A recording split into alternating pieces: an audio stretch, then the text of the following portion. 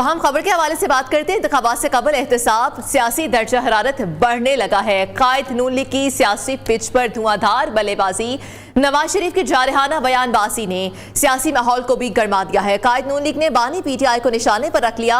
नवाज शरीफ ने कहा कि कौम को बताया जाए मुल्क में डाका किसने डाला था। नवाज शरीफ ने मुल्क को लूटने वालों के कड़े एहतसाब का मुतालबा भी कर दिया। नवाज शरीफ ने मजीद क्या कहा, आइए आप भी देखिए। हमारी ख्वाहिश है कि पाकिस्तान को मुसीबतों से, इस गिरदाब से बाहर निकाला जाए। रियासत मदीना का नाम लेते लेते थकने ना थकने वाले का अभी आप सुन रहे हैं सारे किस्से और कहानियां उसकी। सबसे बड़ा स्कैंडल जो पैसे का, करप्शन का या डाका कह लें आप उसको, वो ये है जो 190 मिलियन पाउंड का जो है।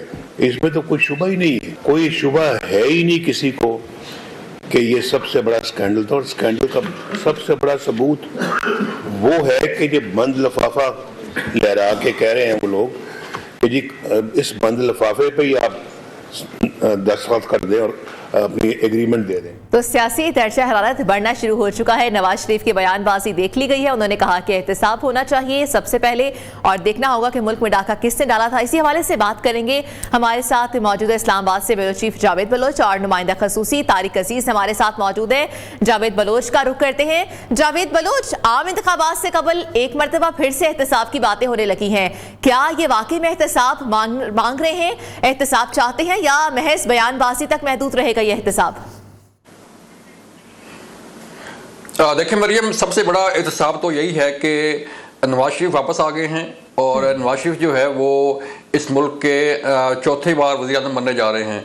जो हालात लग रहे हैं, जो हालात वाक़यात हमारे सामने आ रहे हैं, उससे लग रहा है जो तैयारियां जा रही हैं, जिस तरह लोग नून लीग में शामिल हो रहे हैं और नून लीग का साथ दे रहे हैं, उससे ये लग रहा है कि नून लीग जो है वो भारी सिरे से इस इलेक्शन में कामयाब होने जा रही है। क्योंकि तहरीक इंसाफ ने जो काम किए, जिन लोगों ने उनका साथ दिया और जो करप्शन स्कैंडल जो है वो सामने आ रहे हैं और जो नैब में तहकीकात चल रही हैं, जो सैफर साजिश केस चल रहा है, जो सामने 9 मई के मुकदमात चल रहे हैं, तो उससे अंदाज़ा लगाना मुश्किल नहीं है कि तहरीक इंसाफ कहाँ खड़ी है और तहरीक इंसाफ का मुस्तकबिल मरियम कहाँ पे होगा। लेकिन चूँकि नवाज शरीफ जो है वो अपनी एक जो प्लानिंग है उसके तहत चल रहे हैं और लोग उनके साथ शामिल हो रहे हैं। जैसे आपने देखा कि बीएपी बलोचिस्तान जो है वो उनके साथ मिल गई, नून लीग में लोग शामिल हुए, एमकेएम में जो है वो साथ मिल गई, जेयूएफ जो है वो साथ खड़ी है।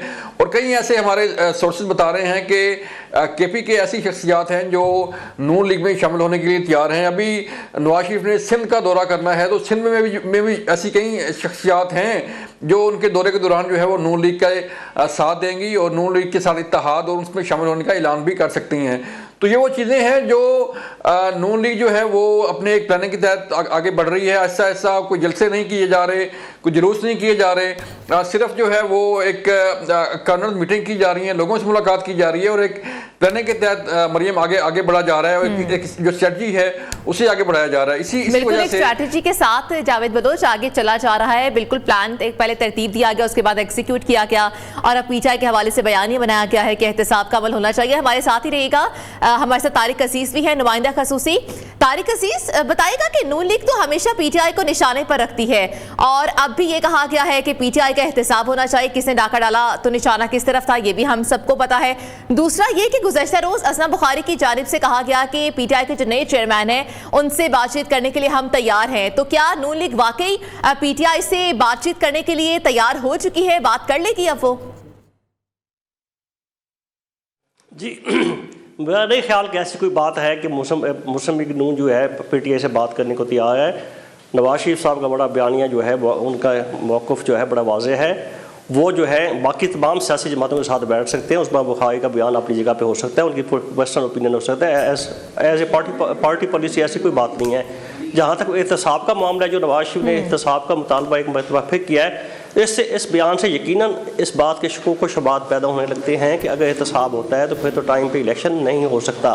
तो अब इलेक्शन का होना ना होना सबसे बड़ा क्वेश्चन है। अगरचे इसके ऊपर बड़ा सुप्रीम कोर्ट की बड़ी स्ट्रॉन्ग रिकमेंडेशन भी आई हुई हैं, कमेंट्स भी आए हुए हैं, लेकिन ये शकूक बात ऑलरेडी पाए जाते थे। लेकिन नवाज शरीफ के इस बयान से कि एहतसाब होना चाहिए, और मुस्लिम लीग नून को ये भी बड़ा एतराज़ है कि इस वक्त तक इमरान खान के ऊपर कोई हाथ, वो नहीं समझते कि उनके ऊपर कोई हाथ डाला गया है, कि उनके ऊपर सख्ती की गई है। वो ये समझते हैं कि इमरान खान साहब का एहतसाब नहीं हुआ जो होना चाहिए था। जैसे कि आज उन्होंने कहा कि 190 मिलियन पाउंड का जो डाका पड़ा है सबके सामने है, कौम के सामने है, तो इस बात में बड़ा उनको है कि अभी तक इनको सजा क्यों नहीं, कि अभी किसी केस में वो कन्विक्टेड नहीं हुए।